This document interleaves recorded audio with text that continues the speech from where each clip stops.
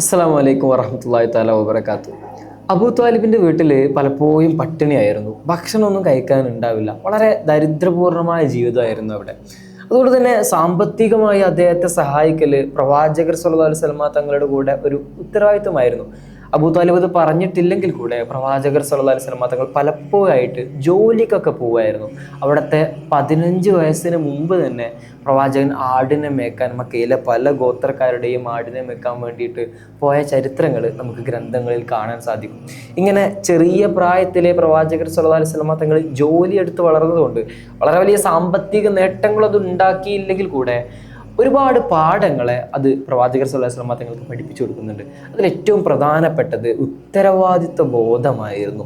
ഇങ്ങനെ ചെറിയ പ്രായത്തിലെ ഇങ്ങനെ ജോലി എടുക്കുന്നത് കൊണ്ട് വളരെ ഉത്തരവാദിത്വ ബോധങ്ങൾ അവർ പഠിച്ചെടുക്കും. മാത്രമല്ല പണത്തിൻ്റെ മൂല്യം, സമയത്തിൻ്റെ മൂല്യം, മറ്റാളുകളുമായിട്ടുള്ള ഒരു കമ്മ്യൂണിക്കേഷൻ തുടങ്ങിയ ഒരുപാട് കാര്യങ്ങൾ ഇങ്ങനെ ചെറിയ പ്രായത്തിലെ കുഞ്ഞുങ്ങൾക്ക് ജോലി എടുക്കുന്നതിന് കൊണ്ട് അവർ നേടിയെടുക്കുന്നുണ്ട്. ഇതുപോലെ ഒരുപാട് പാഠങ്ങൾ പ്രവാചകർ സ്വല്ലല്ലാഹു അലൈഹി വസല്ലമ തങ്ങളും അവിടുത്തെ ചെറിയ പ്രായത്തിൽ ഇതുപോലെയുള്ള ചെറിയ ചെറിയ ജോലികളൊക്കെ എടുത്തുകൊണ്ട് പ്രവാചകർ സ്വല്ലല്ലാഹു അലൈഹി വസല്ലമ തങ്ങൾ പഠിച്ചെടുക്കുന്നുണ്ട്. ബനൂ സഅദ് ഗോത്രക്കാർക്കും അതുപോലെ തന്നെ ഖുറൈശിയിലെ പല പ്രമുഖ ഗോത്രങ്ങൾക്കൊക്കെ വേണ്ടിയിട്ട് പ്രവാചകർ സ്വല്ലല്ലാഹു അലൈഹി വസല്ലമ തങ്ങൾ ഇതുപോലെ ആടിനെ മേക്കാൻ വേണ്ടി പോവായിരുന്നു. അതും തുച്ഛമായ വേതനത്തിനായിരിക്കും അക്കാലത്ത് പ്രവാചകർ സ്വല്ലല്ലാഹു അലൈഹി വസല്ലമ തങ്ങൾ ആടിനെ മേക്കാൻ പോകുന്നത്. ഇത് മദീനയിലെത്തിയ ശേഷം ഒരിക്കൽ പ്രവാചകർ സ്വല്ലല്ലാഹു അലൈഹി വസല്ലമ തങ്ങൾ ഇങ്ങനെ പള്ളിയിൽ ഇരുന്നിട്ട് ഈ മക്കയിലെ പല ഗോത്രക്കാർക്കും വേണ്ടി ഇങ്ങനെ ആടിനെ മേക്കാൻ പോയ കഥകൾ പറയുമ്പോൾ മദീനക്കാർ ചോദിക്കും, നബിയെ അങ്ങും ആടിനെ മേക്കാൻ പോയിരുന്നോ? ആ സമയത്ത് പ്രവാചകർ സ്വല്ലല്ലാഹു അലൈഹി വസല്ലമ തങ്ങൾ ചിരിച്ചിട്ട് മറുപടി പറയും, അതെ, വളരെ തുച്ഛമായ വേതനത്തിന് വേണ്ടി ബനൂ സഅദ് ഗോത്രക്കാർക്ക് വേണ്ടിയും ഖുറൈശികൾക്കൊക്കെ വേണ്ടിയിട്ടൊക്കെ ഞാൻ മരുഭൂമിയിൽ പലയിടത്തും ആടിനെ മേക്കാൻ വേണ്ടിയിട്ട് പോയിട്ടുണ്ട്. അതിൽ പ്രധാനപ്പെട്ട കാരണം എൻ്റെ മുൻപുണ്ടായിരുന്ന എല്ലാ പ്രവാചകന്മാരും അവർ ആട്ടിടയന്മാരായിരുന്നു എന്നൊരു കാരണം കൂടെ പ്രവാചകർ സ്വല്ലല്ലാഹു അലൈഹി വസല്ലമ തങ്ങൾ പറഞ്ഞു വെക്കുന്നുണ്ട്. അത് വളരെ പ്രധാനപ്പെട്ട ഒരു കാര്യമാണ്. പ്രവാചകർ സ്വല്ലല്ലാഹു അലൈഹി വസല്ലമ തങ്ങളുടെ മുൻപുണ്ടായിരുന്ന എല്ലാ നബിമാരും, മൂസാ നബി അലൈഹി ഇസ്ലാം ആയിക്കോട്ടെ, ഈസാ നബി അലൈഹി ഇസ്ലാം ആയിക്കോട്ടെ, എല്ലാവരും ആടിനെ മേൽക്കാൻ പോയതായിട്ട് നമുക്ക് ഗ്രന്ഥങ്ങളിൽ കാണാൻ സാധിക്കും. അത് വളരെ വലിയ പാഠങ്ങൾ അവരെ ആ പ്രായത്തിൽ പഠിച്ചെടുക്കാൻ വേണ്ടി അള്ളാഹു ഏൽപ്പിച്ചതാണ് എന്നതാണ് നമുക്ക് ആ ചരിത്രങ്ങൾ വായിക്കുമ്പോൾ നമുക്ക് മനസ്സിലാവുന്നത്. ഈസാ നബി അലൈഹി ഇസ്ലാമിൻ്റെ ബൈബിളിൽ പറയുന്നുണ്ട്, ഞാൻ നല്ലൊരു ഇടയനാണ്, നല്ല ഇടയൻ അവരുടെ ആടുകൾക്ക് വേണ്ടി എല്ലാം ചെയ്തു കൊടുക്കുന്നത്. സ്വയം തന്നെ ഒരു ആട്ടിടയനായിക്കൊണ്ട് ഈസാ നബി അലൈഹി സ്വലാം ഉപമിക്കുന്നതായിട്ടൊക്കെ നമുക്ക് ബൈബിളിൽ കാണാൻ സാധിക്കും. അതുപോലെ തന്നെ മൂസാ നബി അലൈഹി സ്വലാമിൻ്റെയും ഹൂദ് നബി അലൈഹി സ്വലാമിൻ്റെ ചരിത്രത്തിൽ ഇതുപോലെ അവർ ആട്ടിടയന്മാരായിരുന്ന ചരിത്രങ്ങൾ നമുക്ക് കാണാൻ സാധിക്കും. റസൂൽ സ്വല്ലല്ലാഹു അലൈഹി വസല്ലമ തങ്ങളെ സംബന്ധിച്ചിടത്തോളം അദ്ദേഹവും ഈ ഒരു ഉമ്മത്തിൻ്റെ ഇടയനായിരുന്നു എന്നതാണ് നമുക്ക് മനസ്സിലാവുന്നത്. എന്തുകൊണ്ട് ഇതുപോലെ അവരെ ഇങ്ങനെ എല്ലാ പ്രവാചകന്മാരെയും ആടിനെ മേൽക്കാൻ വേണ്ടി നിയോഗിച്ചു? എന്തുകൊണ്ട് ആട് എന്നൊക്കെ ഉള്ള ഒരു ചോദ്യം അവിടെ ഉണ്ട്.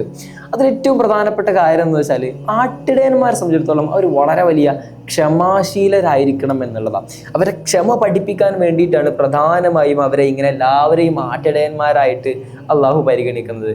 സമൂഹത്തിൽ പലതരത്തിലുള്ള ആളുകളുണ്ടാവും. അഥവാ ആടുകളെയും മനുഷ്യ സമൂഹത്തെയും ഒരുപോലെ നമുക്ക് കാണാൻ സാധിക്കുന്നുള്ളതാണ്. ഒരു ആട്ടിൻ കൂട്ടത്തെ നമ്മൾ നോക്കിക്കഴിഞ്ഞാൽ അവരിൽ പലതരത്തിലുള്ള ആളുകളുണ്ടാവും. ഇടയനെ മാന്യമായിട്ട് അനുസരിക്കുന്ന, ഇടയൻ പറഞ്ഞ് അതുവഴി പ്രവർത്തിക്കുന്ന, അത് മാത്രം കേൾക്കുന്ന, ഇടങ്ങളിലേക്ക് മാത്രം പോകുന്ന ആടുകളെ നമുക്ക് കാണാൻ സാധിക്കും. അതേസമയം ആട്ടിടയൻ പറയുന്നത് അനുസരിക്കാത്ത, ആട്ടിടയനെ ഉപദ്രവിക്കുന്ന, ആട്ടിടയൻ പറഞ്ഞതിൻ്റെ നേരെ വിപരീതം പ്രവർത്തിക്കുന്ന ആടുകളെയും ആട്ടിൻ കൂട്ടങ്ങളിൽ നമുക്ക് കാണാൻ സാധിക്കും. ഇതുപോലെ തന്നെയാണ് മനുഷ്യരും. നമ്മൾ നന്മ പറഞ്ഞു കൊടുക്കുമ്പോൾ അതിനെ പിൻപറ്റുന്ന ആളുകളുണ്ടാവും, അതിനെ എതിർക്കുന്ന ആളുകളുണ്ടാവും. അതുകൊണ്ട് തന്നെ ആ ആളുകളെ അവർ അഭിമുഖീകരിക്കുന്നതിന് മുമ്പ് ഇതുപോലെയുള്ള ഒരു ആട്ടിൻ കൂട്ടത്തെ അതിനെ നിയന്ത്രിക്കാനുള്ള കഴിവും അതിന് അവരുടെ ക്ഷമാശീലമൊക്കെ വർദ്ധിപ്പിക്കാൻ വേണ്ടിയാണ് അല്ലാഹു സുബ്ഹാനഹു വ തആല ഇതുപോലെ ആട്ടിടയന്മാരായിട്ട് അവരെ നിയോഗിക്കുന്നത്. മറ്റൊരു പ്രധാനപ്പെട്ട കാര്യം, ഈ ആടുകളൊന്നും ഇവരുടേതല്ല സ്വന്തമായിട്ട്, ഇവർ ഇടയ ജോലി മാത്രമാണ് ചെയ്യുന്നത്. ഇതുപോലെ തന്നെയാണ് അള്ളാഹുവിനെ സംബന്ധിച്ചിടത്തോളം ഈ മനുഷ്യരൊന്നും ഈ ഇടയന്മാരുടേതല്ല. അവർക്ക് അള്ളാഹുവിൻ്റെ മുന്നിൽ കൃത്യമായി ബോധ്യപ്പെടുത്തി കൊടുക്കേണ്ടത്, ഈ ആടുകളെ പരിചരിച്ച് വരുമ്പോൾ രാത്രി വീട്ടിലെത്തിക്കഴിഞ്ഞാൽ ഓരോ ആളുകളുടെയും എണ്ണം അവരുടെ ഉടമസ്ഥർ ചോദിക്കും. ഇതുപോലെ തന്നെയാണ് അള്ളാഹുവും ഓരോ ജനങ്ങളെ പറ്റിയും കണക്ക് ചോദിക്കുന്നത് പോലെ. ഇങ്ങനെ എല്ലാ തരത്തിലും ആടുകളും മനുഷ്യരും ഇങ്ങനെ ചരിത്രത്തിൽ ബന്ധപ്പെട്ട് കിടക്കുന്നത് നമുക്ക് കാണാൻ സാധിക്കും. അതുപോലെ ആട്ടിടയനാണ് എവിടെയാണ് നല്ല പുല്ലുണ്ടാവുക, എവിടെയാണ് നല്ല തീറ്റ ഇവർക്ക് ലഭിക്കുക എന്ന് കൃത്യമായി അറിയാൻ സാധിക്കുകയുള്ളൂ. അതുപോലെ തന്നെ ചെന്നായകൾ എവിടെയാണ്, മുള്ളിൻ തോപ്പുകൾ എവിടെയാണ്, ഇതൊക്കെ എല്ലാം എവിടെയാണ് ഒളിഞ്ഞു കിടക്കുന്നത്, ശത്രുക്കൾ എവിടെയാണ്, നല്ല പുൽമേടുകൾ എവിടെയാണ് എന്നൊക്കെ അറിയുന്നത് ആട്ടിടയന്മാർക്കാണ്. അതുപോലെ തന്നെയാണ് മനുഷ്യരുടെ കേസിലും. ഇത് രണ്ടും വളരെ സാമ്യമായി കെട്ടുപിടിഞ്ഞ് കിടക്കുന്ന കാഴ്ച നമുക്ക് കാണാൻ സാധിക്കും. ഇതുപോലെ ആടുകളുടെ പ്രകൃതം പോലെ തന്നെയായിരുന്നു മനുഷ്യരുടെയും പ്രകൃതം എന്ന് നമുക്ക് മനസ്സിലാക്കാൻ സാധിക്കുന്ന ഒരുപാട് ഘടകങ്ങളൊക്കെ ഇവരുടെ ശാസ്ത്രീയമായും നമുക്ക് കാണാൻ സാധിക്കുന്ന ഒരുപാട് സംഭവ വികാസങ്ങളാണ്. മറ്റൊരു പ്രധാനപ്പെട്ട കാരണം പ്രവാചകർ തങ്ങൾക്ക് ഇങ്ങനെ ആടുകളെ ഏൽപ്പിച്ചു കൊടുക്കാനുള്ളത് ഒരുപാട് സമയം ലഭിക്കും എന്നുള്ളതാണ്. രാവിലെ ആടുകളെയും കൊണ്ട് ഇങ്ങനെ മരുഭൂമിയിലേക്ക് പുറപ്പെട്ട് കഴിഞ്ഞാൽ ഒരുപാട് സമയത്തിന് ശേഷം വൈകുന്നേരം ആകുമ്പോഴാണ് ഈ ആടുകളെയും കൊണ്ട് ഇവർ തിരിച്ചു വരുന്നത്. അതുകൊണ്ട് തന്നെ മരുഭൂമിയിൽ ഒഴിഞ്ഞു കിടക്കുകയാണ്, സമയം ഇഷ്ടം പോലെ ഉണ്ടാവും. അതുകൊണ്ട് തന്നെ ഇവർക്ക് അവരുടെ അസ്തിത്വത്തെ പറ്റിയും ആകാശഭൂമികളെ പറ്റിയും ആകാശത്തിൻ്റെ വിസ്തൃതിയും ഭൂമിയുടെ അനന്തതയൊക്കെ കണ്ട് ഇവർക്ക് ഇങ്ങനെ ആസ്വദിക്കാനും അതിൻ്റെ കാഴ്ചകൾ കാണാനും അതിനെപ്പറ്റി ചിന്തിക്കാനും ഒക്കെയുള്ള ഒരുപാട് സമയം അവിടെ ലഭിച്ചിരുന്നു. പ്രവാചകർ തങ്ങളെ സംബന്ധിച്ചിടത്തോളം നുബുവത്തിന് മുമ്പ് പ്രവാചകർ തങ്ങൾ ഒരുപാട് കാലം ഏകാന്തവാസം വഹിക്കുന്നുണ്ട് ഹിറാ ഗുഹയിലൊക്കെ. ഇങ്ങനെ ഒരുപാട് ചിന്തിക്കാനുള്ള സമയം ഇങ്ങനെ ആടുകളെ മേച്ച് നടക്കുമ്പോൾ ഇവർക്ക് ലഭിക്കുന്നു എന്നുള്ളത് വളരെ പ്രധാനപ്പെട്ട ഒരു പോയിന്റാണ്. നമുക്ക് വളരെ നമ്മുടെ പ്രകൃതിയെ പറ്റി കാണാനും അതിൻ്റെ അത്ഭുതങ്ങളെ പറ്റി മനസ്സിലാക്കാനും ഒക്കെ ഇതുപോലെയുള്ള പ്രകൃതിയുമായിട്ട് സഹവസിക്കുമ്പോൾ നമുക്കതിന് അവസരം ലഭിക്കുന്നു എന്നുള്ളതാണ്. അതൊരു പ്രധാനപ്പെട്ട കാരണമായിരുന്നു. മാത്രമല്ല ഇങ്ങനെ കരുണയുള്ള ഹൃദയമാക്കി മാറ്റുന്നതിന് വേണ്ടിയിട്ടും ഇതുപോലെ ഇടയന്മാരെ സഹായിക്കും. പ്രവാചകരെ തങ്ങളെ സംബന്ധിച്ചിടത്തോളം പ്രവാചകൻ വളരെ കരുണയുള്ള മനുഷ്യനായിരുന്നു. മനുഷ്യന്മാരോട് മാത്രമല്ല മനുഷ്യേതര ജീവികളോടും പ്രവാചകന്റെ കരുണ നമുക്ക് വാക്കുകൾക്ക് സങ്കല്പിക്കാൻ പോലും പറ്റാത്തതാണ്. ഒരിക്കൽ പ്രവാചകർ സല്ലല്ലാഹു അലൈഹി വസല്ലം തങ്ങൾ മദീന പള്ളിയിൽ നിന്ന് ഇങ്ങനെ നിസ്കരിച്ചിറങ്ങുമ്പോൾ ഒരു ഒട്ടകം പ്രവാചകന്റെ അടുത്തേക്ക് വരുന്നുണ്ട്. അതിങ്ങനെ കരയുന്നുണ്ട്, അതിൻ്റെ കണ്ണിൽ നിന്ന് ഇങ്ങനെ കണ്ണുനീരൊലിക്കുന്നുണ്ട്. പ്രവാചകൻ ആ ഒട്ടകത്തെ ഇങ്ങനെ ചേർത്ത് പിടിക്കുന്നു. ആ ഒട്ടകം എന്തോ പ്രവാചകനോട് ഇങ്ങനെ പറയുന്നത് പോലെ ചെയ്യുന്നുണ്ട്. ഉടനെ പ്രവാചകർ സല്ലല്ലാഹു അലൈഹി വസല്ലം തങ്ങൾ സ്വഹാബത്തിനോട് ചോദിക്കുന്നുണ്ട്, ആരതാണ് ഈ ഒട്ടകം? അങ്ങനെ ആ ഒട്ടകത്തിൻ്റെ ഉടമസ്ഥനായ സഹാബി അവിടേക്ക് കൊണ്ടുവരുന്നുണ്ട്. പ്രവാചകൻ ചോദിക്കുന്നുണ്ട്, നിങ്ങൾ ഇതിനെ അകാരണമായി ഉപദ്രവിക്കുന്നുണ്ട്, അമിതമായ ഭാരം ചുമപ്പിക്കുന്നുണ്ട്, മാത്രമല്ല ഇതിന് ഭക്ഷണം കൊടുക്കുന്നില്ല എന്നൊക്കെ ഇതെന്നോട് പരാതി പറയുന്നുണ്ട് എന്ന് പ്രവാചകർ സല്ലല്ലാഹു അലൈഹി വസല്ലം തങ്ങളോട് ആ ഒട്ടകം പറയുകയാണ്. അത് പ്രവാചകൻ ആ സഹാബിയോട് ചോദിക്കുന്നു. സഹാബി പറയുന്നുണ്ട്, ശരിയാണ് നബി, ഇങ്ങനെയൊക്കെ സംഭവിച്ചിട്ടുണ്ട്. പ്രവാചകർ സല്ലല്ലാഹു അലൈഹി വസല്ലം തങ്ങളുടെ മുഖം ചുവന്നിട്ട് പ്രവാചകൻ പറയുന്നു, ഈ ഒട്ടകത്തിൻ്റെ കാര്യത്തിൽ നിങ്ങൾ അല്ലാഹുവിനെ ഭയപ്പെടുക. ഇങ്ങനെ വളരെ കരുണയോടുകൂടെ പ്രവാചകർ സല്ലല്ലാഹു അലൈഹി വസല്ലം തങ്ങൾ അവിടുത്തെ മൃഗങ്ങളോട് പോലും പെരുമാറിയതായിട്ട് നമുക്ക് കാണാൻ സാധിക്കും. ഒരിക്കൽ ഒരു യാത്രാവേളയിൽ പ്രവാചകർ സല്ലല്ലാഹു അലൈഹി വസല്ലം തങ്ങൾ മരുഭൂമിയിലൂടെ ഇങ്ങനെ യാത്ര ചെയ്തുകൊണ്ടിരിക്കുമ്പോൾ ഭക്ഷണം ആവശ്യമായി രാത്രി. അങ്ങനെ ഭക്ഷണത്തിന് വേണ്ടിയിട്ട് ഒരു അടുപ്പ് കൂട്ടുന്നത് ഒരു ഉറുമ്പിൻ കൂട്ടത്തിൻ്റെ അടുത്താണ്. ഇങ്ങനെ അടുപ്പ് കൂട്ടി ഉറുമ്പിൻ മാളത്തിൻ്റെ അടുത്ത് അടുപ്പ് കൂട്ടി ഇങ്ങനെ കത്തിച്ച് തുടങ്ങുമ്പോഴാണ് പ്രവാചകൻ ഈ കാഴ്ച കാണുന്നത്. ഉടനെ ആ തീ അണക്കാൻ വേണ്ടിയിട്ട് പറയുകയും അവിടെ നിന്ന് ആ ഉറുമ്പുകളെ സംരക്ഷിക്കാൻ വേണ്ടിയിട്ട് പ്രവാചകർ സല്ലല്ലാഹു അലൈഹി വസല്ലം തങ്ങൾ ആ തീ അവിടെ നിന്ന് മാറ്റാൻ വേണ്ടിയിട്ടൊക്കെ കൽപ്പിക്കുന്നതായിട്ട് നമുക്ക് കാണാൻ സാധിക്കും. ഇതുപോലെ തന്നെയാണ് ഒരിക്കൽ പ്രവാചകൻ്റെ അടുത്തേക്ക് ഒരു സഹാബി കുറച്ച് പക്ഷിക്കുഞ്ഞുങ്ങളെ സമ്മാനമായിട്ട് കൊടുക്കുന്നുണ്ട്. പ്രവാചകൻ വളരെ സ്നേഹത്തോടെ സന്തോഷത്തോടെ അത് സ്വീകരിച്ചെങ്കിലും കുറച്ച് സമയം കഴിഞ്ഞപ്പോഴേക്കും അതിൻ്റെ ആകാശത്ത് ആ തള്ളപ്പക്ഷി ഇങ്ങനെ വട്ടായിട്ട് പറക്കുന്നത് കാണുകയാണ്. പ്രവാചകൻ ആ സഹാബിയോട് ചോദിക്കുന്നു, എവിടെ നിന്നാണ് ഇതിനെ കിട്ടിയത്? ആ സഹാബി മറുപടി പറയുന്നു, ഞാനതിനെ കൂട്ടിൽ നിന്ന് എടുത്ത് കൊണ്ടുവന്നതാണ്. ഉടനെ പ്രവാചകൻ ആ കിട്ടിയടുത്ത് തന്നെ ആ പക്ഷിക്കുഞ്ഞിനെ കൊണ്ടുപോയി വെക്കാൻ കൽപ്പിക്കുകയാണ്. അവിടുത്തെ കരുണ നിങ്ങൾ ആലോചിച്ച് നോക്കുക. പക്ഷിക്കുഞ്ഞ് ചത്തുപോയ ഒരു സഹാബിയുടെ കുഞ്ഞിനോട് അവിടെ വളരെ സ്നേഹത്തോടുകൂടി ആ കുഞ്ഞിനെ ചേർത്ത് പിടിക്കുകയും ആ കുഞ്ഞിൻ്റെ വേദനയിൽ പങ്കുചേരുന്ന പ്രവാചകനെയും ചരിത്രത്തിൽ നമ്മൾ കാണുന്നുണ്ട്.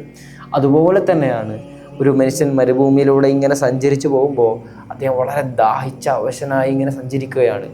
എവിടെയും വെള്ളം കിട്ടാനില്ല. മരുഭൂമിയുടെ ഊശ്വരമായ ചൂടിൽ അദ്ദേഹം ഇങ്ങനെ ഉരുകി പോകുമ്പോഴാണ് അദ്ദേഹം തൊട്ട് മുന്നിലൊരു കിണർ കാണുന്നത്. ഉടനെ അതിലേക്ക് ഇറങ്ങി അദ്ദേഹം വെള്ളം കുടിച്ച് തിരിച്ച് കയറുമ്പോഴാണ് ദാഹിച്ച അവശയായി പരവശയായ ഒരു നായ അവിടെ നിൽക്കുന്നത് അദ്ദേഹം കാണുന്നത്.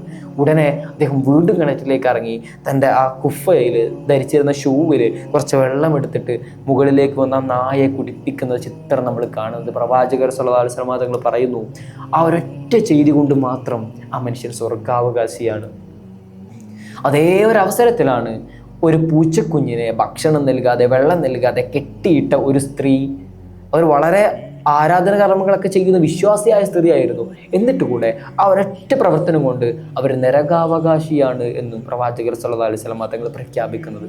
ഒരേ സമയം ഒരു നായക്ക് വെള്ളം കൊടുത്തതിൻ്റെ പേരിൽ മാത്രവും ഒരു പൂച്ചയെ കെട്ടിയിട്ടതിൻ്റെ പേരിൽ മാത്രവും സ്വർഗവും നരകവും പോലും തീരുമാനിക്കപ്പെടുന്ന തരത്തിലേക്ക് ഇസ്ലാമിൻ്റെയും പ്രവാചകൻ്റെയും ഒക്കെ കരുണ അത് മനുഷ്യ മനസ്സുകളെ വിട്ടിട്ട് സർവ്വ ജീവജാലങ്ങളോടും ഭൂമിയുടെ അവകാശികൾ എന്ന തരത്തിലേക്ക് എല്ലാവരെയും പരിഗണിക്കുന്ന പ്രവാചകന്റെ സന്തുലിതമായ വളരെ സ്നേഹത്തോടു കൂടിയുള്ള സമീപനമാണ് പ്രവാചകർ തങ്ങളുടെ ജീവിതം നമ്മൾ വായിക്കുമ്പോൾ നമുക്ക് മനസ്സിലാവുന്നത്. അത്രത്തോളം വിശാലമായിരുന്നു അവിടുത്തെ കാരണം. ഇങ്ങനെയുള്ള മൃഗങ്ങളോടുകൂടെ പലപ്പോഴും പെരുമാറിയത് കൊണ്ടാണ് സഹജീവികളോടുള്ള പ്രവാചകന്റെ കരുണയിൽ ഇത്രത്തോളം വിശാലത വന്നത് എന്ന് പല പണ്ഡിതന്മാരും അഭിപ്രായപ്പെടുന്നുണ്ട്. അതുകൊണ്ട് തന്നെയാണ് ഈ ചെറുപ്പകാലത്തുള്ള പ്രവാചകർ സല്ലല്ലാഹു അലൈഹി വസല്ലം തങ്ങളുടെ ഈ ആടിനെ മേയ്ക്കാൻ പോകുന്ന ജോലിയൊക്കെ പ്രവാചകനെ വളരെയധികം സ്വാധീനിച്ചിട്ടുണ്ട് എന്ന് നമ്മൾ പറയുന്നത്. ആ കൗമാരകാലത്തിൽ പ്രവാചകർ സല്ലല്ലാഹു അലൈഹി വസല്ലം തങ്ങൾ ഇങ്ങനെ വളർന്നു വരുമ്പോൾ പ്രവാചകനെ തിന്മയിൽ നിന്നെല്ലാം അള്ളാഹു ഇങ്ങനെ കാത്ത് സംരക്ഷിച്ച് സംശുദ്ധിയോടെ എടുക്കുന്നത് നമുക്ക് കാണാൻ സാധിക്കും. നമ്മൾ പറഞ്ഞു, ഹലീമ ബീവിയുടെ വീട്ടിലായിരിക്കുമ്പോൾ 2 മലക്കുകൾ വന്നിട്ട് പ്രവാചകന്റെ ഹൃദയം ശുദ്ധീകരിക്കുന്ന ചരിത്രം നമ്മൾ പറഞ്ഞതാണ് നേരത്തെ. അതുപോലെ തന്നെ ഒരുപാട് സംഭവങ്ങൾ അന്ന് മക്കയിൽ ബഹുദൈവാരാധന വിശ്വാസികളും വിഗ്രഹാരാധനയൊക്കെ വളരെ പരസ്യമായിട്ട് വളരെ ലാഘവത്തോടുകൂടെ നടന്നിരുന്ന കാലം. എങ്കിലും പ്രവാചകൻ ഒരിക്കലും ആ പ്രവണത പിന്തുടർന്നിരുന്നില്ല. ഒരിക്കൽ പ്രവാചകന്റെ കൂടെ ആടിന് മേൽക്കാൻ വരുന്ന ഒരു കുട്ടി ഉണ്ടായിരുന്നു. അത് രണ്ടുപേർക്കും ഒരേ പ്രായം. ഇവർ രണ്ടുപേരുമാണ് ഇങ്ങനെ ആടിനെ മേച്ച് നടക്കൽ. ഒരു ദിവസം ഈ കുഞ്ഞ് പ്രവാചകന് പറഞ്ഞു കൊടുക്കുന്നുണ്ട്, അറേബ്യയിൽ വളരെ വലിയ ആഘോഷങ്ങൾ നടക്കും. ഇവിടുത്തെ ഒരു പ്രവണതയായിരുന്നു അത്. വളരെ സമ്പന്നരായ ആളുകൾ അവിടെ ചില മാസങ്ങളിലൊക്കെ ഇങ്ങനെ വലിയ ആഘോഷങ്ങൾ നടത്തും.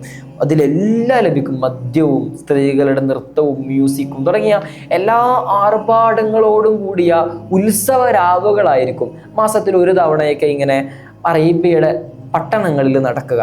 ഇങ്ങനെ ഈ ഒരു ഉത്സവത്തെ പറ്റി കൂടെ ആടിനെ മേയ്ക്കുന്ന ആ കുട്ടി പ്രവാചകർ തങ്ങൾക്ക് പറഞ്ഞു കൊടുക്കുകയാണ്.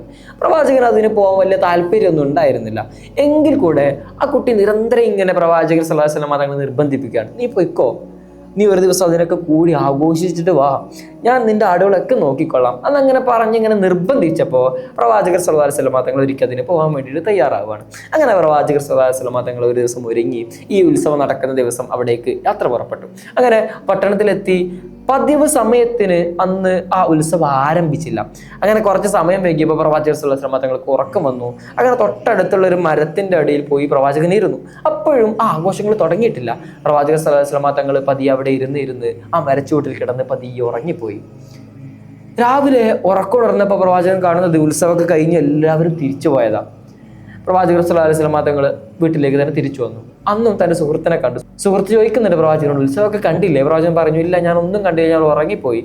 അങ്ങനെ അടുത്ത മാസവും ഈ ഉത്സവം നടക്കുന്ന ദിവസം പ്രവാചകനെ പറഞ്ഞേക്കുന്നുണ്ട്. അതുപോലെ വഴിയിൽ വെച്ച് പ്രവാചകൻ ഉറങ്ങിപ്പോകുന്നു.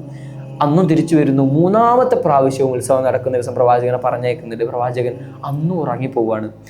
ആ 3ാമത്തെ തവണയും അത് സംഭവിക്കുന്നതോടുകൂടെ പ്രവാചകൻ ഒരു കാര്യം ബോധ്യപ്പെടുന്നു, ഇത് തനിക്ക് പറ്റിയ പണിയല്ല. അള്ളാഹു എന്നെ ഇതിൽ നിന്ന് മനഃപൂർവ്വം മാറ്റി നിർത്തുകയാണ്. ഇത് അത്ര സംശുദ്ധമല്ല. സ്ത്രീകളുടെ ഡാൻസും വ്യഭിചാരവും മദ്യവും മ്യൂസിക് അടങ്ങിയ വളരെ ആഘോഷപൂർണമായ ആർഭാട രാവുകളാണ് അവിടെ നടക്കുന്നത്. അത് തനിക്ക് പറ്റിയ പണിയല്ല എന്ന് 3 തവണയും അള്ളാഹു സുബ്ഹാനഹു വ തആല പ്രവാചകനെ ഇതിൽ നിന്ന് സംരക്ഷിച്ചതോടുകൂടെ പ്രവാചകന് ബോധ്യപ്പെടുകയാണ്. അതുകൊണ്ട് പ്രവാചകൻ ഒരു കാര്യം ഉറപ്പിച്ചു, ഇനി ഞാൻ അതിൽ പങ്കെടുക്കുന്നില്ല. അങ്ങനെ പ്രവാചകനെ വളരെ ചെറിയ പ്രായത്തിൽ തന്നെ അള്ളാഹു ഇങ്ങനെ സംരക്ഷിച്ച് വളരെ പരിശുദ്ധമായിട്ട് ആ ജീവിതത്തെ നയിക്കാൻ വേണ്ടിയിട്ട് കൊണ്ടുവരുന്ന ചരിത്രം നമുക്ക് കാണാൻ സാധിക്കും. അതുപോലെ തന്നെ അവിടുത്തെ പ്രധാനപ്പെട്ട ഒരു കാര്യമായിരുന്നു യുദ്ധങ്ങൾ എന്നുള്ളത്. നമ്മൾ നേരത്തെ ജാഹിലിയ കാലത്തെ യുദ്ധങ്ങളെ പറ്റിയൊക്കെ വിശദമായി സംസാരിച്ചതാണ്. പ്രവാചകൻ ജനിക്കുന്നതിൻ്റെ 80 വർഷങ്ങൾക്ക് മുൻപ് നടന്ന ഹർബുൽ ബസൂസ് വളരെ പ്രസിദ്ധമാണ് അറേബ്യൻ ചരിത്രത്തിൽ. അഥവാ ഒരാളുടെ ഒട്ടകത്തെ കൊന്നതിൻ്റെ പേരിൽ നടന്ന യുദ്ധമാണത്. 40 വർഷത്തോളം ആ യുദ്ധം ഇങ്ങനെ നീണ്ടു നിന്നു എന്നുള്ളത് നമുക്കെല്ലാവർക്കും അറിയുന്ന ഒരു ചരിത്ര രേഖയാണ്. അഥവാ 40 വർഷത്തോളം ഒരു ഒട്ടകത്തെ കൊന്നതിൻ്റെ പേരിൽ യുദ്ധം നിലനിൽക്കുക. ഇന്ന് നമ്മൾ ആ ജാഹലിയത്തിൻ്റെ മറയിൽ നിന്ന് തന്നെ നമ്മുടെ കാലത്തേക്ക് നോക്കിക്കഴിഞ്ഞാൽ നമുക്ക് മനസ്സിലാക്കും, അതുപോലെയുള്ള വളരെ നിസ്സാരമായ കാരണങ്ങൾക്ക് വേണ്ടിയിട്ട് വളരെ അകാരണമായിക്കൊണ്ട് തന്നെ പരസ്പരം യുദ്ധത്തിൽ ആർമാദിക്കുന്ന അല്ലെങ്കിൽ പരസ്പരം രക്തം ചിന്തുന്ന അവസരങ്ങളിലേക്ക് എത്തുന്നതൊക്കെ നമ്മുടെ ഇന്നത്തെ കാലത്തും ആളുകൾ നമ്മൾ കാണുന്നതാണ്. ആളുകൾ ചോദിക്കാറുണ്ട്, എങ്ങനെയാണ് നിങ്ങളുടെ 6-ാം നൂറ്റാണ്ടിലെ ഇസ്ലാം ഇന്നും മാതൃകയാവുന്നത്? അവരോടുള്ള ഒരേ ഒരു ഉത്തരമാണിത്. അന്ന് നടന്നിരുന്ന അതേ പ്രവർത്തികൾ തന്നെയാണ് അതിൻ്റെ രൂപം മാറി ഇന്നും നമുക്കിടയിൽ നടന്നുകൊണ്ടിരിക്കുന്നത്. അതുകൊണ്ട് എന്തുകൊണ്ട് ഇസ്ലാം അതിനുള്ള പരിഹാരമല്ല എന്നതാണ് നമുക്ക് അവരോട് തിരിച്ചു ചോദിക്കാനുള്ള ചോദ്യം. ഇങ്ങനെ പല യുദ്ധങ്ങളും അക്കാലത്ത് നടന്നിരുന്നു. അങ്ങനെയാണ് പ്രവാചകർ സ്വല്ലല്ലാഹു അലൈഹി വസല്ലം തങ്ങൾക്ക് 20 വയസ്സാകുന്ന സമയത്ത് അവിടെ ഒരു യുദ്ധം നടക്കുന്നത്. ഹർബുൽ ഫിജാർ എന്നതായിരുന്നു അതിൻ്റെ പേര്. 5 വർഷത്തോളം നീണ്ടു നിന്ന യുദ്ധ പരമ്പരകളായിരുന്നു അത്. നിരന്തരം 5 വർഷം യുദ്ധം നടക്കുകയില്ല, മറിച്ച് ഓരോ യുദ്ധമായിട്ട് ഓരോ വർഷത്തിലൊക്കെ ഓരോ യുദ്ധം വീതം അങ്ങനെ പരമ്പരകളായിട്ട് നടന്നിരുന്ന 5 വർഷത്തോളം നീണ്ടു നിന്നിരുന്ന യുദ്ധമായിരുന്നു ഹർബുൽ ഫിജാർ. കിനാന ഗോത്രം അഥവാ ഖുറൈശികൾപ്പെട്ട ഒരു ഗോത്രമാണ് കിനാന ഗോത്രം. അതുപോലെ തന്നെ ഐഷ ഇലാൻ പറഞ്ഞ മറ്റൊരു ഗോത്രം. ഈ കിനാന ഗോത്രക്കാർ അവർ ഖുറൈശികളാണ്. ഇവർ ഈ ഐഷ ഇലാനിൽപ്പെട്ട ഒരാളെ അകാരണമായി വധിക്കുകയാണ്. അത് യുദ്ധനിഷിദ്ധമാക്കപ്പെട്ട ദുൽഖഅദ് മാസത്തിലായിരുന്നു. വളരെ പരിശുദ്ധമായിട്ട് അവര് ജാഹിലിയ കാലത്താണെങ്കിൽ കൂടെ അവർ കൊണ്ടു നടന്നിരുന്ന ഒരു ആചാരമായിരുന്നു. പരിശുദ്ധമാക്കപ്പെട്ട 4 മാസങ്ങളിൽ അവർ യുദ്ധം ഹറാമാക്കിയിരുന്നു. അങ്ങനെ ഒരു മാസമായിരുന്നു ദുൽഖഅദ്. ഈ ദുൽഖഅദ് മാസത്തിലാണ് ഈ കിനാന ഗോത്രത്തിലുള്ള ആള് ഐഷ ഗോത്രത്തിൽപ്പെട്ട ഒരാളെ ഇങ്ങനെ വധിക്കുന്നത്. ഇങ്ങനെ ഒരാളെ വധിച്ചു എന്ന് മാത്രമല്ല, ആ സമയത്ത് ഈ ഐഷ ഇതിന് പ്രതികാരം ചോദിക്കുന്നതും ഈ ദുൽഖഅദ് മാസത്തിലാണ്. ഇങ്ങനെ യുദ്ധനിഷിദ്ധമാക്കിയ ഒരു മാസത്തെ അവർ വളരെ പവിത്രതയോടെ അത് കൊണ്ടു നടന്നിരുന്നു എന്നതും നമുക്കിതിൽ വായിച്ചെടുക്കാൻ സാധിക്കും. അഥവാ ഇങ്ങനെ വളരെ അതിനെ എടുത്തുദ്ധരിക്കുന്നുണ്ടെങ്കിൽ ആ സമയത്ത് യുദ്ധം നടന്നിരുന്നില്ല എന്നതാണല്ലോ. അങ്ങനെ അവർ വളരെ പരിശുദ്ധിയോടെ ജാഹിലിയ കാലത്താണെങ്കിൽ കൂടെ അവരുടെ വാക്കുകൾക്ക് പ്രാധാന്യം നൽകുന്ന, അവരുടെ അവരുടെ സത്യസന്ധതയ്ക്കൊക്കെ നമ്മൾ വളരെ ഉദാഹരണങ്ങൾ നേരത്തെ വീഡിയോകളിലൊക്കെ എടുത്തു പറഞ്ഞതാണ്. അതുപോലത്തെ ഒരു സംഭവമായിരുന്നത്. പക്ഷേ ഇവിടെ ഇങ്ങനെ യുദ്ധം അതിന് വിപരീതമായിക്കൊണ്ട് സംഭവിക്കുകയാണ്. അങ്ങനെ യുദ്ധം വളരെ അക്രമശക്തമായിട്ട് തന്നെ യുദ്ധം നടക്കുന്നുണ്ട്. പ്രവാചകർ സ്വല്ലല്ലാഹു അലൈഹി വസല്ലം തങ്ങളെ സംബന്ധിച്ചിടത്തോളം അവരുടെ ഗോത്രക്കാരാണ്, അഥവാ കിനാന ഗോത്രക്കാരെന്ന് പറഞ്ഞാൽ ഖുറൈശികളുടെ ഭാഗമാണ്. അതുകൊണ്ട് തന്നെ അബൂ ത്വാലിബും ഖുറൈശികളൊക്കെ പ്രവാചകർ സ്വല്ലല്ലാഹു അലൈഹി വസല്ലം തങ്ങളെ യുദ്ധത്തിന് പങ്കെടുക്കാൻ വേണ്ടിയിട്ട് പ്രേരിപ്പിക്കുകയാണ്. പ്രവാചകൻ നേരിട്ടൊന്നും യുദ്ധത്തിൽ പങ്കെടുക്കുന്നില്ലെങ്കിൽ കൂടെ ആ 5 പരമ്പരകളായിട്ട് നടന്ന യുദ്ധത്തിൽ 1-2 തവണയൊക്കെ പ്രവാചകർ സ്വല്ലല്ലാഹു അലൈഹി വസല്ലം തങ്ങൾ ആ യുദ്ധ സാഹചര്യത്തിൽ പങ്കെടുത്തിട്ടുണ്ട്. അത് ഇവർക്ക് അമ്പ് പുറക്കി കൊടുക്കുക എന്ന ചെറിയ ചെറിയ ജോലികളായിരുന്നു. നേരിട്ട് യുദ്ധത്തിൽ പോയിട്ട് പങ്കെടുക്കുകയൊന്നുമില്ല. ആ സമയത്ത് പ്രവാചകർ സ്വല്ലല്ലാഹു അലൈഹി വസല്ലം തങ്ങളെ സംബന്ധിച്ചിടത്തോളം പ്രധാനപ്പെട്ട ഒരു കാര്യം യുദ്ധങ്ങളെ പറ്റിയും അതിൻ്റെ ആചാരങ്ങൾ, അതിൻ്റെ എങ്ങനെയാണ് അതിൻ്റെ വിദ്യകളൊക്കെ പറ്റി പ്രവാചകൻ പഠിക്കുന്നുണ്ട് എന്നുള്ളതാണ്. ഇസ്ലാമിലേക്ക് വന്നതിന് ശേഷം പിന്നീട് പ്രവാചകർ സ്വല്ലല്ലാഹു അലൈഹി വസല്ലം തങ്ങൾ ഒരുപാട് യുദ്ധങ്ങൾ നയിക്കുന്നുണ്ട്. ഇസ്ലാമിൽ പലതിലും വിജയം നേടിത്തരുന്നുമുണ്ട്. അതിനൊക്കെ ആ ആദ്യകാലത്ത് നടന്ന ഹർബുൽ ഫിജാർ പ്രവാചകന് വളരെയധികം ഒരു പഠനവേദിയായിരുന്നു എന്ന് നമുക്ക് കാണാൻ സാധിക്കും. ഇങ്ങനെ അമ്പ് പെറുക്കി കൊടുക്കലായിരുന്ന പ്രവാചകന്റെ ജോലി എങ്കിൽ കൂടെ യുദ്ധത്തിന്റെ മുറകളെ പറ്റിയും അതിന്റെ തന്ത്രങ്ങളെ പറ്റിയൊക്കെ പ്രവാചകൻ ആ ചെറിയ പ്രായത്തിൽ തന്നെ പഠിച്ചു വെക്കുന്നുണ്ട്. പ്രവാചകർ തങ്ങളുടെ യുവത്വകാലത്തെ സംബന്ധിച്ചിടത്തോളം വളരെ പ്രധാനപ്പെട്ട ഒരു കാര്യം പിന്നീട് നടക്കുന്നത് ഹിൽഫുൽ ഫുളൂലാണ്. നമുക്ക് എവർക്കും സുപരിചിതമായൊരു സംഭവമാണത്. അഥവാ നീതിക്ക് വേണ്ടിയിട്ട് അവരൊരു കൂട്ടായ്മ സൃഷ്ടിക്കുന്നു എന്നുള്ളത്. നമ്മൾ അറേബ്യയുടെ ചരിത്രം നേരത്തെ പറഞ്ഞപ്പോൾ സൂചിപ്പിച്ചിരുന്നൊരു കാര്യമായിരുന്നു. എല്ലാ വർഷവും പ്രധാനപ്പെട്ട ഒരു ഹജ്ജ് കർമ്മം ഉണ്ടായിരുന്നു. മാത്രമല്ല വർഷങ്ങളിൽ ഇടയ്ക്കിടയ്ക്ക് ആളുകൾ ഇങ്ങനെ അതിൻ്റെ ത്വാഫ് ചെയ്യാൻ വേണ്ടിയിട്ട് വരികയൊക്കെ ചെയ്യുമായിരുന്നു. ഇങ്ങനെ ഹജ്ജിന് വേണ്ടിയിട്ട് പല നാടുകളിൽ നിന്നും അറേബ്യയിലേക്ക് ആളുകൾ വരുമ്പോൾ അവർ പ്രധാനപ്പെട്ട ചെയ്തിരുന്നൊരു കാര്യം, അവരവരുടെ കച്ചവട സാധനങ്ങളും മക്കയിലേക്ക് കൊണ്ടുവരും. അങ്ങനെ ഈ ഹജ്ജിന്റെ വേളയിൽ അത് കച്ചവടം ചെയ്യുക എന്നതുകൂടെ അവരുടെ ഈ ഹജ്ജിന് വരുന്നതിൽ ലക്ഷ്യമായിരുന്നു. അറേബ്യയിൽ നിന്നുള്ള പല നാടുകളിൽ നിന്നും ഇതിനു വേണ്ടി ഹജ്ജിന് ആളുകൾ കഅബയിൽ എത്തുന്നതോടുകൂടെ കഅബയും മക്കയൊക്കെ അക്കാലത്ത് വളരെ ഒരു പ്രധാനപ്പെട്ട പട്ടണം കൂടെ ആയിരുന്നു. അതുകൊണ്ട് അവരുടെ ചരക്ക് വിൽക്കാനുള്ള ഏറ്റവും എളുപ്പമുള്ള നല്ലൊരു ബിസിനസ് തന്ത്രമായിരുന്നു ഈ ഹജ്ജിന് വരുമ്പോൾ ഈ ചരക്കായിട്ട് വരിക എന്നുള്ളത്. അങ്ങനെ പല ആളുകളും ഇങ്ങനെ ചരക്ക് കൊണ്ടുവരും. അവർ ഹജ്ജ് കഴിയുന്നതോടുകൂടെ ഈ ചരക്കുകളൊക്കെ വിറ്റ് കഴിഞ്ഞ് അതിൻ്റെ ലാഭവും പൈസയൊക്കെ കൊണ്ടാണ് പിന്നീട് ഹജ്ജ് കഴിഞ്ഞിട്ട് തിരിച്ച് അവരുടെ നാട്ടിലേക്ക് പോകുന്നത്.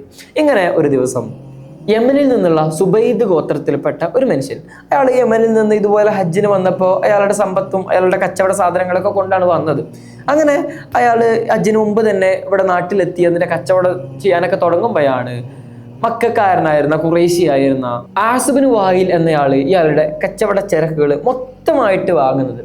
ആസിബിന് വായിൽ പറയുന്നുണ്ട്, ഞാൻ നിന്റെ ചരക്കുകൾ മൊത്തം വാങ്ങിക്കോളാം, നീ ഓരോന്നായിട്ട് കച്ചവടം ചെയ്യണ്ട. അയാളെ സംബന്ധിച്ചിടത്തോളം അതൊരു സുഖകരമായ ഏർപ്പാടായിരുന്നു. അയാൾക്ക് തൻ്റെ ചരക്കുകൾ മുഴുവൻ വിറ്റിട്ട് വളരെ ആശ്വാസമായിട്ട് എന്ത് ചെയ്യാം, ഹജ്ജ് കർമ്മങ്ങളൊക്കെ ചെയ്യാമല്ലോ. അങ്ങനെ ആ കച്ചവടം ഉറപ്പിക്കപ്പെട്ടു.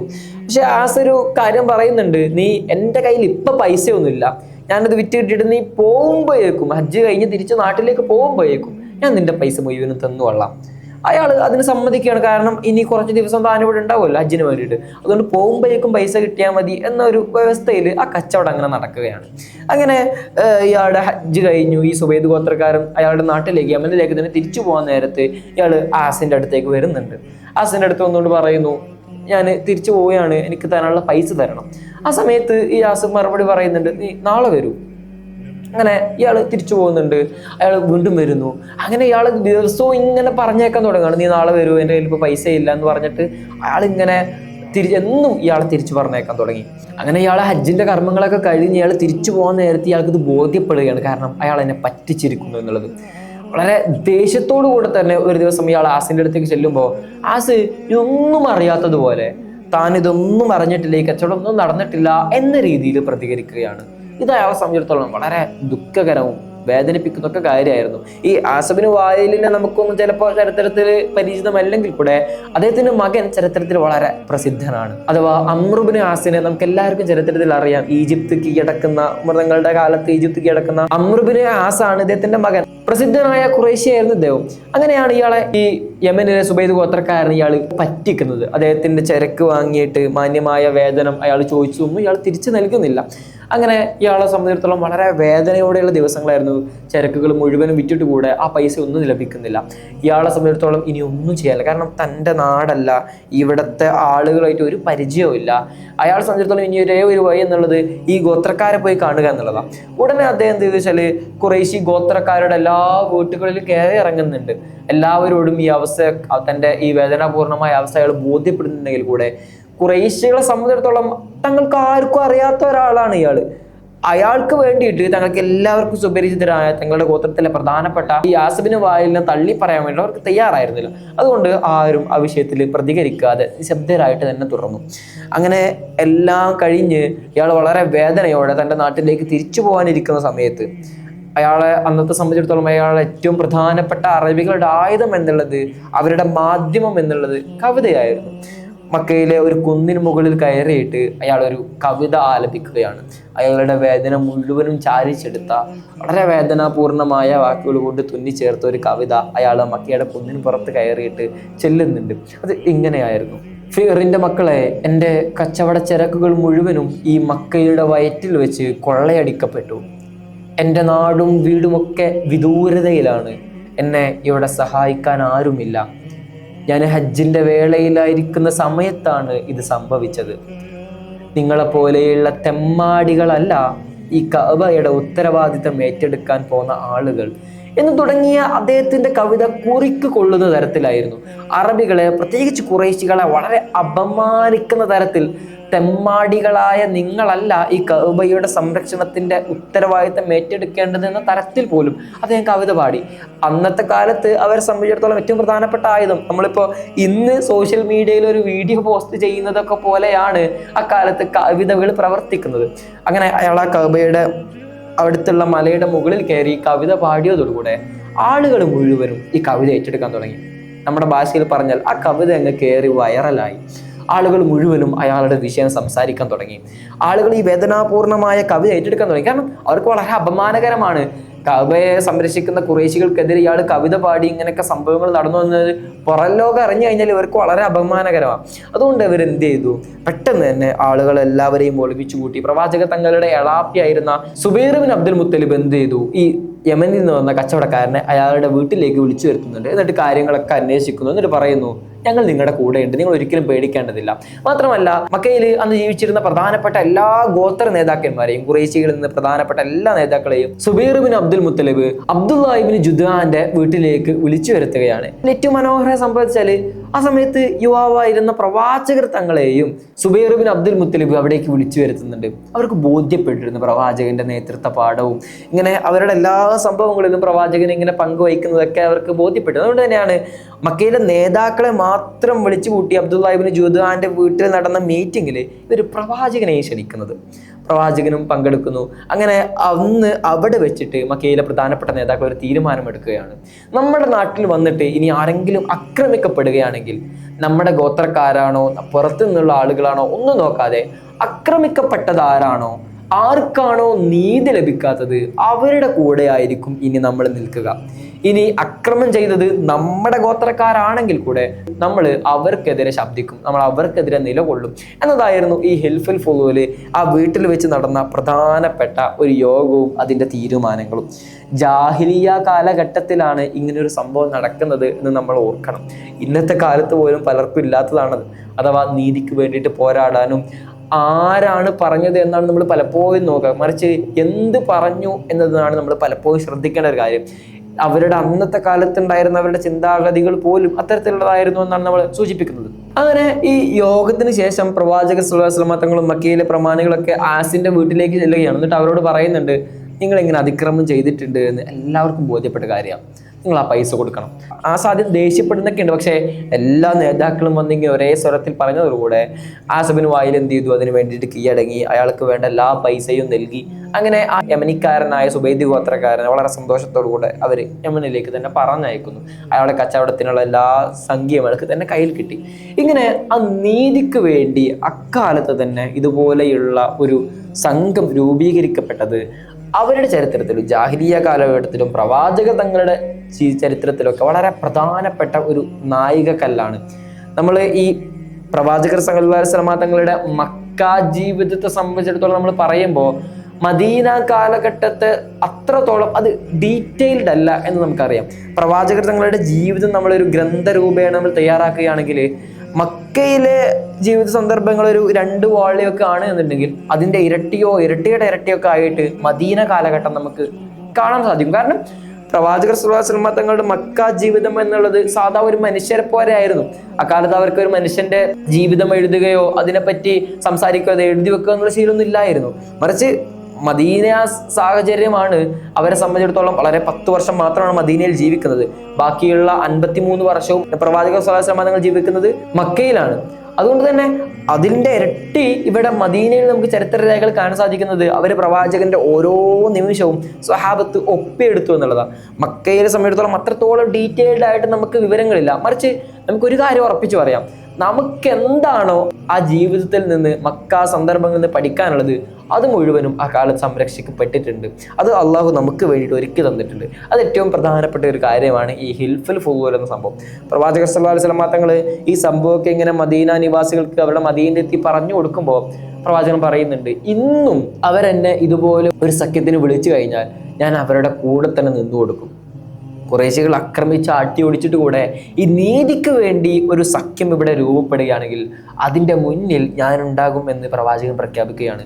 അതിനെ ആ വ്യവസ്ഥയെ ചുവന്ന ആടുമാട് ഒട്ടകങ്ങളെക്കാൾ ഞാൻ വില കൽപ്പിക്കുന്നു എന്ന് പ്രവാചകൻ പറയുന്നുണ്ട്. അഥവാ അത്രത്തോളം വാല്യൂ പ്രവാചകർ സല്ലല്ലാഹു അലൈഹി വസല്ലം തങ്ങൾ ആ ഹിൽഫുൽ ഫുളൂൽ എന്ന സംഭവത്തിനും ആ നീതിയുടെ കൂട്ടായ്മക്കും വേണ്ടി സമർപ്പിച്ചിരിക്കുന്നു എന്ന് നമുക്ക് ഗ്രന്ഥങ്ങളിലും പ്രവാചകന്റെ ഹദീസുകളിലൊക്കെ നമുക്ക് കാണാൻ സാധിക്കും. അഥവാ വംശത്തിനോ ഗോത്രത്തിനോ ഒക്കെ അപ്പുറത്തായിട്ട് അവർ എടുക്കുന്ന തീരുമാനം ഒരു വിപ്ലവ തുല്യമായിരുന്നു. ജാഹിലിയ കാലഘട്ടത്തിൽ ഗോത്രത്തിന് വേണ്ടി പരസ്പരം പോരാടി 40 വർഷത്തോളം യുദ്ധങ്ങളൊക്കെ ഗോത്രങ്ങൾ പരസ്പരം നടക്കുന്ന സമയത്താണ് ആക്രമിക്കപ്പെട്ടവന്റെ കൂടെ നീതിയുടെ കൂടെ നിലയുറപ്പിക്കാൻ വേണ്ടിയിട്ട് ഇവരെടുക്കുന്ന തീരുമാനങ്ങളെ പറ്റി പ്രവാചക സല്ലല്ലാഹു അലൈഹി വസല്ലം തങ്ങളും അവിടുത്തെ ഖുറൈശി പ്രമാണിമാരും ചേർന്നിട്ട് ഒരു തീരുമാനമെടുക്കുന്നത്.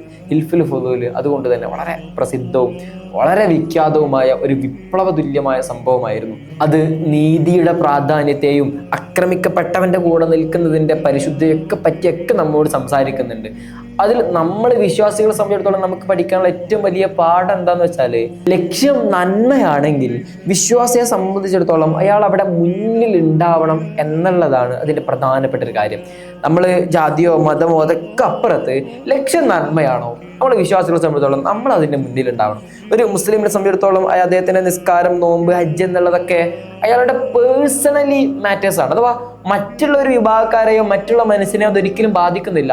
മദീനയിലെത്തിയ ശേഷമല്ലേ നിസ്കാരം ഫർളാവുന്നത്. അതിനു മുൻപേ വ്യക്തി സ്വാതന്ത്ര്യത്തെ പറ്റി, വ്യക്തിയുടെ അവകാശങ്ങളെ പറ്റി, അവരുടെ നീതിയെ പറ്റിയൊക്കെ ഇസ്ലാം നിരന്തരം സംസാരിക്കുന്നുണ്ട്. മനുഷ്യനെ സംബന്ധിച്ചിടത്തോളം വ്യക്തികളും അവരുടെ സ്വാതന്ത്ര്യവും ഒക്കെ അവരുടെ അഭിമാനവും അവരുടെ രക്തവും അവരുടെ പണവും ഒക്കെ പ്രവാചകർ സ്വല്ലല്ലാഹു അലൈഹി വസല്ലം ഹദീസിലൊക്കെ നമുക്ക് കാണാൻ സാധിക്കും. ഒരു മനുഷ്യനെ സംബന്ധിച്ചിടത്തോളം അയാൾ മറ്റുള്ള ഒരു മനുഷ്യന്റെ രക്തവും അവരുടെ അഭിമാനവും ഒക്കെ സംരക്ഷിക്കാൻ വേണ്ടിയിട്ട് ഉത്തരവാദിത്തപ്പെട്ടവനാണ് എന്ന് പ്രവാചകന്റെ ഹദീസ് തന്നെ നമുക്ക് സുവ്യക്തമാണ്. പ്രവാചകർ സല്ലല്ലാഹു അലൈഹി വസല്ലം തങ്ങൾക്ക് ഇതുപോലെ നീതിക്ക് വേണ്ടി നിലകൊള്ളാൻ ആ ചെറിയ പ്രായത്തിൽ തന്നെ ഈ ഹിൽഫുൽ ഫുളൂൽ വളരെ വലിയ വഴിത്തിരിവാകുന്നുണ്ട് എന്നുള്ളതാണ്. പ്രവാചകന്റെ ജീവിതത്തിൽ പിന്നീട് പലപ്പോഴും നീതിക്ക് വേണ്ടി പ്രവാചകർ സ്വല്ലല്ലാഹു അലൈഹി വസല്ലം തങ്ങൾ നീളെ നിലകൊള്ളുമ്പോൾ ഇത് പ്രവാചകർ സ്വല്ലല്ലാഹു അലൈഹി വസല്ലം തങ്ങൾക്ക് വളരെ സ്വാധീനം ചെലുത്തിയ സംഭവമായിരുന്നു. അതുകൊണ്ടാണ് പ്രവാചകൻ പറയുന്നത്, ഇന്നും അവരെന്നെ ഇതുപോലൊരു സഖ്യത്തിന് വിളിക്കുകയാണെങ്കിൽ ഞാൻ അവരുടെ മുന്നിലുണ്ടാവും. ലക്ഷ്യം നന്മയാണ് എന്നുണ്ടെങ്കിൽ വിശ്വാസികൾ അതിന് മുന്നിലുണ്ടാവണം എന്നതാണ് പ്രവാചകൻ പറഞ്ഞു വെക്കുന്നത്. അസ്സലാമു അലൈക്കും വറഹ്മത്തുള്ളാഹി തആല വബറകാതുഹു.